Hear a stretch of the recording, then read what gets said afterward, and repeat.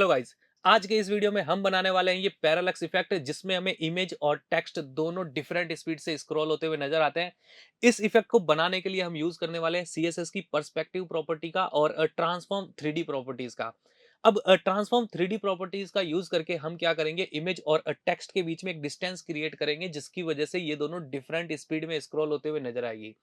अब transform 3D properties का कैसे यूज करते हैं, इनका यूज करके कैसे किसी एलिमेंट के बीच में डिस्टेंस क्रिएट कर सकते हैं, या फिर पर्सपेक्टिव प्रॉपर्टी का क्या यूज होता है ट्रांसफॉर्म 3D में, ये सब जानेंगे इस वीडियो में।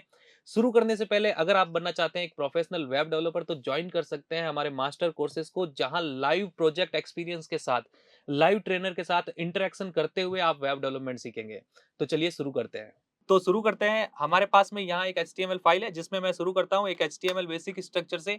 और यहाँ हम रख लेते हैं एक div, जिसको मैं क्लास दे देने वाला हूँ मेन। और इस div की विड्थ हमें 100% रखनी है और हाइट भी हमें क्या चाहिए, 100%। तो इसको हम क्या करेंगे, यहाँ सिंपली स्टाइल टैग का यूज करेंगे। और सबसे पहले हम कर देने वाले हैं मार्जिन और पैडिंग 0। मार्जिन और पैडिंग 0 करने के साथ ही हमें अगर इस div को 100% विड्थ देनी है, तो आप जानते हैं गाइस, हमें यूज करना होगा 100 VH।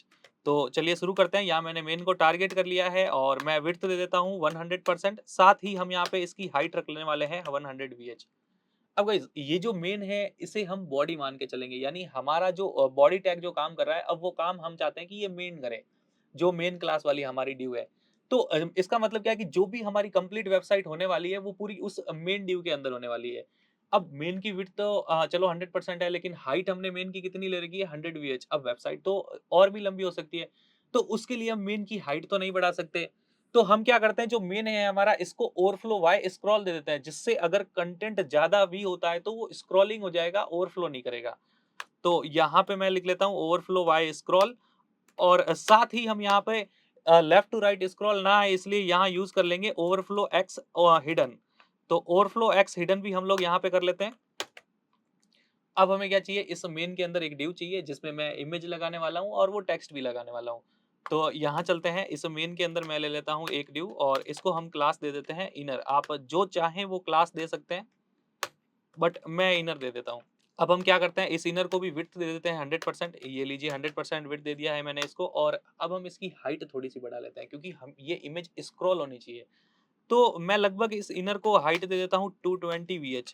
अब गाइस देखो, हमने ऑलरेडी ओवरफ्लो वाई स्क्रॉल दे रखा है इसके पेरेंट को, तो कोई प्रॉब्लम नहीं आने वाली है। हाइट अगर ज्यादा भी होती है तो स्क्रॉल आ जाएगा, ठीक है। और इस इनर के अंदर हमें क्या करना है, एक इमेज लगानी है। तो आप कोई भी इमेज लगा सकते हैं। मैं यहाँ पर एक लाइव इमेज है, ये लाइव इमेज का URL ही पास कर देता हूँ। आप जो चाहे वो इमेज यूज कर सकते हैं।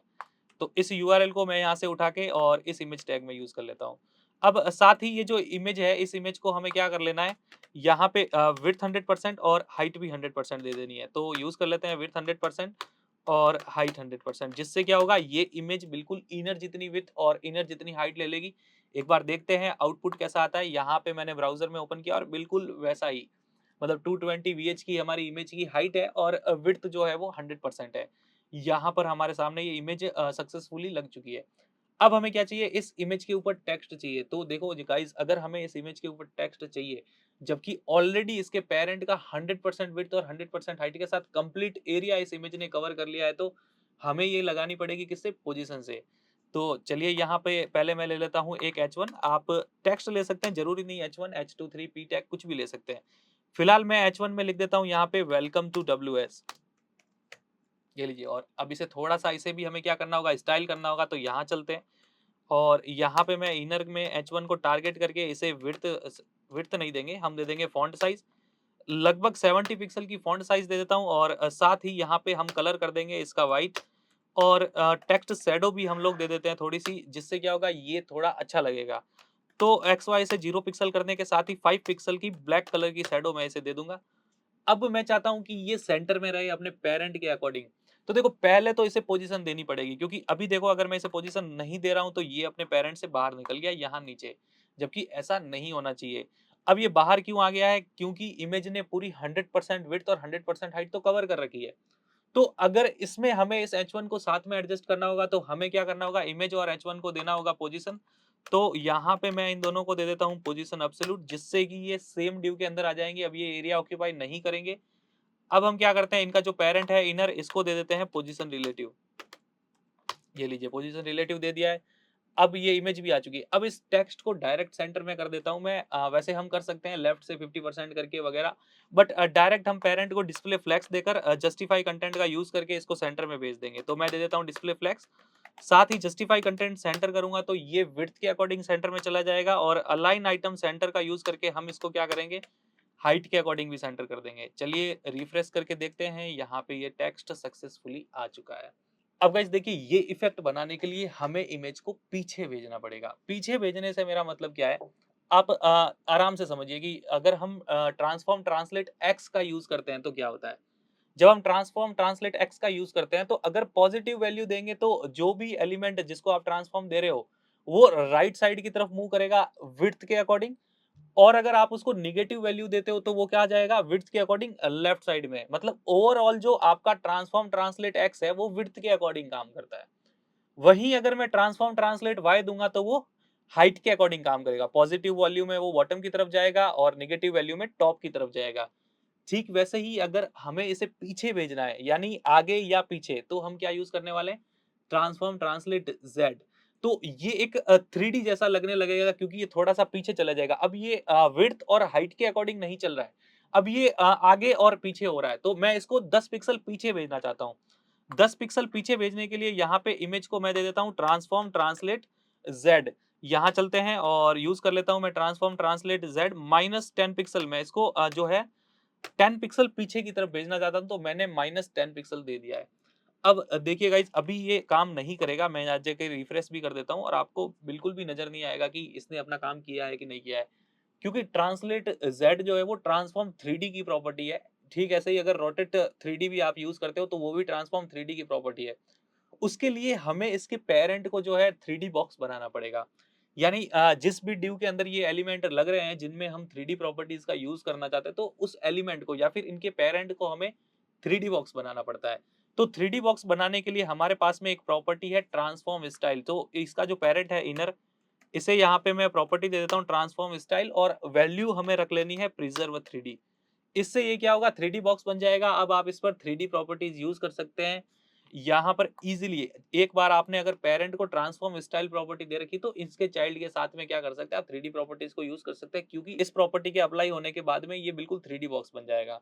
तो अभी भी अगर आप देखोगे तो आपको ज्यादा इफेक्ट नजर नहीं आएगा। इमेज हालांकि पीछे चली गई है, क्यों, पर्सपेक्टिव के कारण। अब हमें एक लॉजिक पर्सपेक्टिव का भी समझना पड़ेगा दोस्तों कि ये पर्सपेक्टिव क्या है।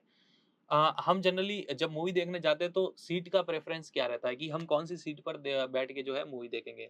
तो जनरली मेरे प्रेफरेंस की अगर बात करें तो मुझे एक कंफर्टेबल डिस्टेंस चाहिए स्क्रीन से, क्योंकि मैं अगर स्क्रीन के बहुत ज्यादा नजदीक देखूंगा बैठूंगा तो मुझे पूरी स्क्रीन एक बार में नहीं दिखेगी। बिल्कुल ऐसे मुझे देखना पड़ेगा।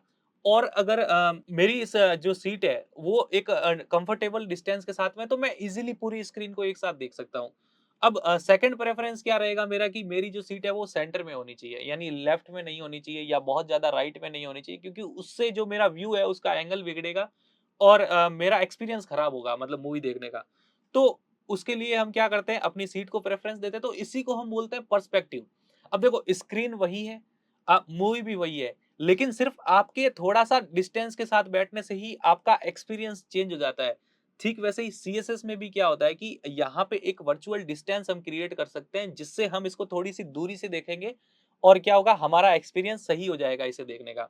तो गाइज यहाँ पर हमारा कंटेंट है और हमारी विंडो है। तो विंडो जो होती है वो जनरली कंटेंट से चिपकी हुई होती है, इनके बीच में डिस्टेंस मान लीजिए नहीं होता है। बट मैं चाहता हूं कि यहाँ पे मेरे कंटेंट यानी जो जो मेरी डिव थी, मेन डिव, उसके बीच में और विंडो के बीच में एक क्या करना है, वर्चुअल डिस्टेंस क्रिएट करना है। तो वो डिस्टेंस क्रिएट करने के लिए यहाँ पर हमें चाहिए होती है पर्सपेक्टिव प्रॉपर्टी। तो मैं क्या करता हूँ, ये जो पर्सपेक्टिव है डायरेक्ट अपनी पूरी वेबसाइट पे लगा देता हूँ, और फिलहाल मेरी वेबसाइट पर बॉडी का काम कौन कर रहा है, मेन। तो यहाँ पे मेन को मैं दे देता हूँ पर्सपेक्टिव। तो यहाँ चलते हैं और पर्सपेक्टिव हम दे देते हैं 10 पिक्सल का। तो ये क्या करेगा, एक 10 पिक्सल का वर्चुअल स्पेस क्रिएट करेगा, जिससे क्या होगा, हमारा एक्सपीरियंस ही चेंज हो जाएगा इसे देखने का। देखिए अब जैसे ही मैंने पर्सपेक्टिव अप्लाई किया, आपने देखा कि इमेज जो है वो छोटी हो चुकी है। यहाँ पे अगर आप ध्यान से देखोगे तो विड्थ और हाइट में। तो गाइस ऐसा बिल्कुल भी नहीं है कि इसकी विड्थ कम हो चुकी है या हाइट कम हो चुकी है, नहीं, इसकी विड्थ अभी भी 100% है। हाइट अभी भी 100% है इमेज की, बट ये हमें छोटी नज़र आ रही है। ऐसा क्यों है गाइज़?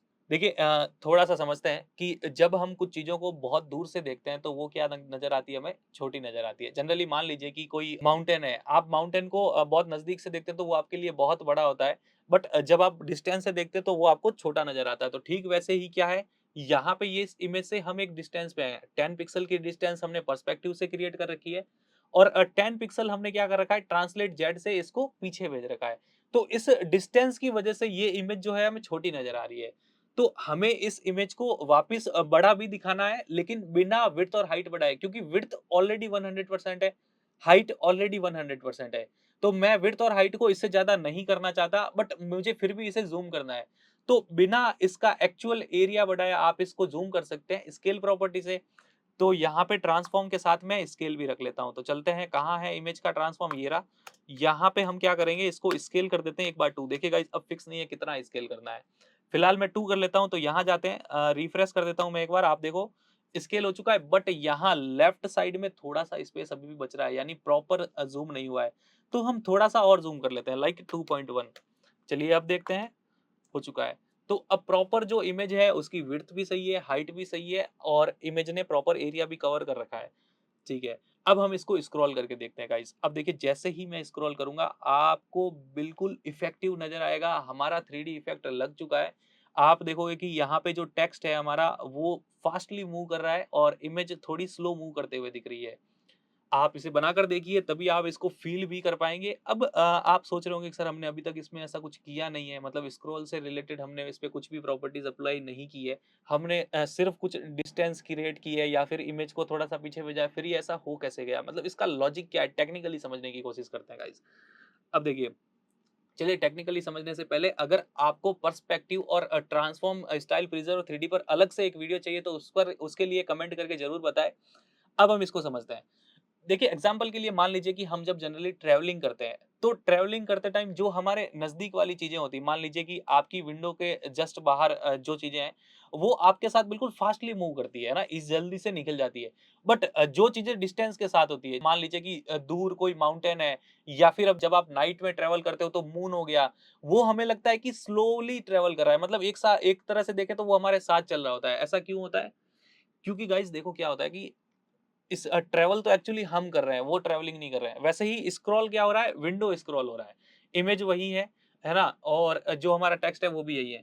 ज़्यादा कॉम्प्लिकेटेड नहीं समझते हैं, ईज़िली समझने की कोशिश करते हैं कि देखिए, जो दूर की चीज़ें होती है, वो हमें स्लोली मूव करते हुए दिखती है। जैसे मान लीजिए आप ट्रैवल कर रहे हैं और आपकी जस्ट सड़क के दूसरी तरफ क्या है, मान लीजिए कि कोई फील्ड है। तो आप देखोगे जो फ़ील्ड्स है वो बहुत फ़ास्टली मूव होते हुए नज़र आएँगे, एक फ़ील्ड से आएगा, दूसरा चला जाएगा, लेकिन वो जो दूर के माउंटेन होते हैं वो आपको स्लोली मूव करते हुए नज़र आएँगे। ठीक वैसे ही यहाँ पे क्या है, इमेज डिस्टेंस है इमेज और हमारे बीच में, क्योंकि इमेज को हमने थोड़ा पीछे भेज रखा है, तो डिस्टेंस में होने के कारण इमेज हमें स्लोली स्क्रॉल होते हुए नज़र आती है और जो हमारा टेक्स्ट है वो बराबर फ़ास्टली स्क्रॉल हो जाता है। तो गाइज़, आई होप आपको इस वीडियो में मज़ा आया होगा। Thank you so much guys.